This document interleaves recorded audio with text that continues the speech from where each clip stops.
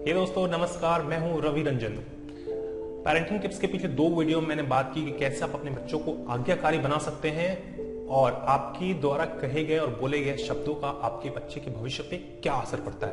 और आज मैं आपको पेरेंटिंग टिप्स के तीसरे वीडियो में बताऊंगा कि कैसे आप अपने बच्चे को आत्मनिर्भर बना सकते हैं। जैसा कि हम सभी जानते हैं, हमारे प्रधानमंत्री के रिसेंट संबोधन में देश से आग्रह किया है आत्मनिर्भर बनने का। आज के टाइम में हमारे एज ग्रुप के लिए आत्मनिर्भर बनना बहुत मुश्किल है, लेकिन ये चीज अगर आप अभी से अपने बच्चों में डालना शुरू करें तो मे भी हो सकता है कि वो भविष्य में आत्मनिर्भर बन जाए। तो आज मैं इसी टॉपिक पे बात करूंगा कि कैसे आप अपने बच्चे को आत्मनिर्भर बना सकते हैं। So let's start.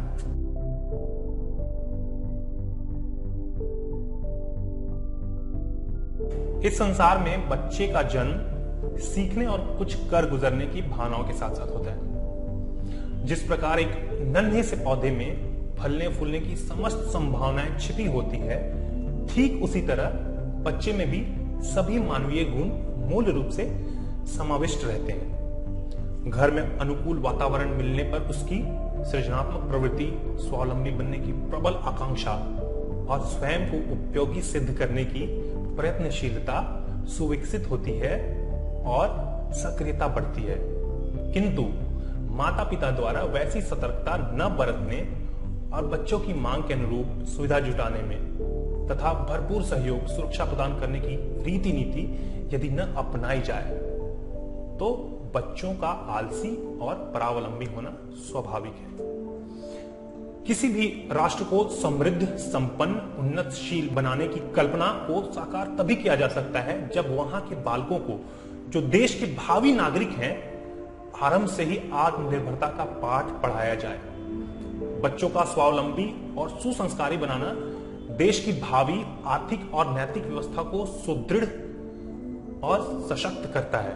विश्व प्रसिद्ध मनोविज्ञानी वॉटसन के अनुसार अभिप्रेरणा का सिद्धांत यानी कि प्रिंसिपल ऑफ मोटिवेशन इस तथ्य को उजागर करता है कि व्यक्ति के लिए जीवन के प्रथम 5 वर्ष महत्वपूर्ण समझे जाते हैं, क्योंकि मनुष्य को जो कुछ भी बनना होता है प्राय उसकी आधारशिला इसी समयावधि में रखी जाती है। उसके उपरांत तो विकास क्रम को बल मिलता रहता है। नींव कमजोर रहेगी तो इमारतें भी जल्दी खंडहरों में परिवर्तित होती चली जाएंगी। यदि बालक को इन्हीं दिनों में आत्मनिर्भरता का अभ्यास करा दिया जाए तो उसका भविष्य सब प्रकार से सुंदर और उज्जवल बन सकता है। प्रायः देखा जाता है कि बच्चे को किसी खिलौने से खेलने की आवश्यकता होती है तो उसे लाने के लिए दूसरे कमरे में जाना नितांत आवश्यक है। ऐसी स्थिति में वह अपनी मां को पुकारने और खिलौने ले आने का आग्रह करने लगता है। उसकी मां उसकी आकर्षक आवाज में फंसकर उसकी मांग को पूरा कर देती है।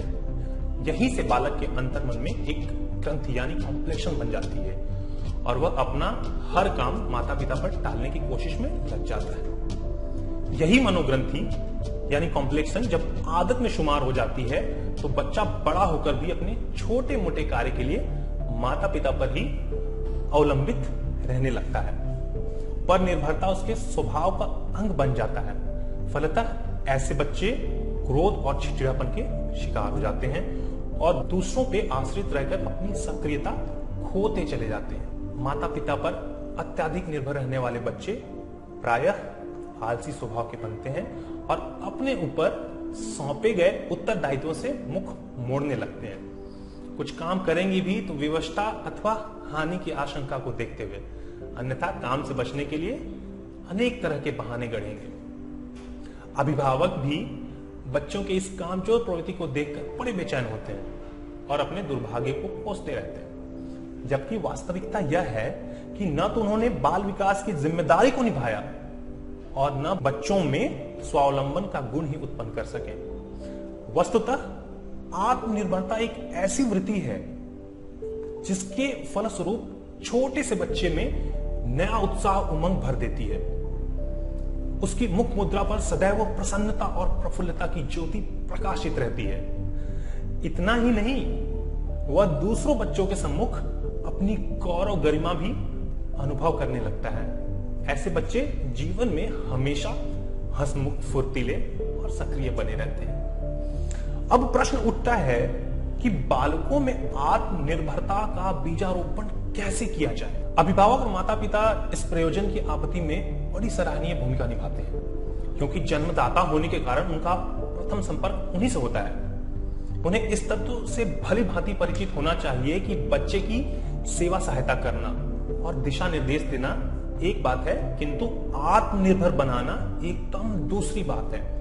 बच्चों से काम कराने और सहयोग लेने की कला का ज्ञान उन्हें होना चाहिए। सुगृहिणी की सुव्यवस्था का उपक्रम भी इसी आधार पर बैठता है और बच्चों का मनोबल बढ़ता है और घर का काम संभालने की वृत्ति का विकास भी होता है। सही सुव्यवस्थित एवं सुनियोजित तरीके से काम करने वाले बालक की सराहना करने, प्यार दुलार भरे प्रोत्साहन देने, उपहार देने से उसका साहस और भी बढ़ जाता है। बच्चे में सहयोग सहकार की प्रवृत्ति का विकास होता है। उसका व्यक्तित्व एक उद्यमी के रूप में ढलता है। जिम्मेदारी और अनुशासन का भाव उत्पन्न होने से गंभीरता आती है और किसी भी काम को छोटा बड़ा समझे बिना पूरा करने में मनोयोग और तत्परता का परिचय सतत देते रहता है। याद रहे, बच्चों को मारने पीटने धमकाने से नहीं, वरन सहानुभूति पूर्वक सहयोग सहायता की अपेक्षा करके उन्हें कामकाजी और आत्मनिर्भर बनाया जा सकता है। उनसे कौन सा और कैसा काम कराया जाए, इस संबंध में सबसे पहले तो घर के कामों की एक सूची तैयार कर लेनी चाहिए। घरेलू कामों की एक लिस्ट बनाते समय बच्चे से सलाह परामर्श लेना ही आवश्यक है, जिससे उनमें काम को खोजने ढूंढने की बुद्धि का विकास होता है। काम का विभाजन दैनिक, साप्ताहिक और मासिक व्यवस्था के अनुरूप किया जा सकता है। किसी भी काम को बांटते समय लड़का लड़की का भेदभाव वाला दृष्टिकोण न अपनाएं। लड़का लड़की दोनों से सभी तरह के काम में हाथ बटाने की अपेक्षा करनी चाहिए। कोई भी काम जब चुनौती के रूप में सौंपा जाता है तो बच्चे उसे बड़ी अभिरुचि के साथ खेलते कूदते पूरा कर डालते हैं। इससे उनमें कर्तव्य भाव का उदय होने लगता है। उनके कामों में त्रुटियां भी हो सकती है, पर सुयोग्य माता पिता का कर्तव्य है कि उन्हें किसी भी प्रकार की मीन मेख ना निकालकर उसे सही कर दें। इससे बच्चे को सीखने का अवसर मिलता है। बच्चों को उसकी अभिरुचि और क्षमता के अनुरूप ही कार्य सौंपा जाना चाहिए। हो सकता है कि बच्चों के स्वतंत्र रूप से कार्य करने से कुछ हानि भी हो जाए। उनके साथ माता पिता मिलकर काम करें तो काम करने का सही सार्थक तरीका सहज ही समझ में आ जाता है।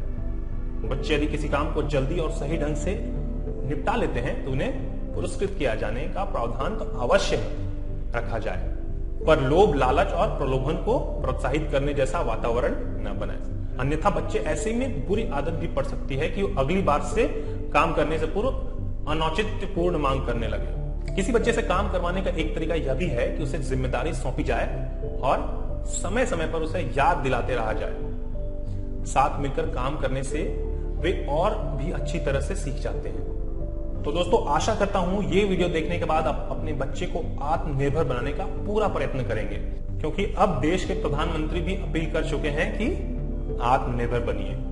आपके लिए शायद आत्मनिर्भर बनना कठिन हो, किंतु आप अपने बच्चों में ये प्रवृत्ति अभी से डालकर उसे आत्मनिर्भर बना सकते हैं। तो यदि आपने मेरे पेरेंटिंग के पहले 2 वीडियो नहीं देखे तो आई बटन पे क्लिक करके उन दोनों वीडियो को देख सकते हैं।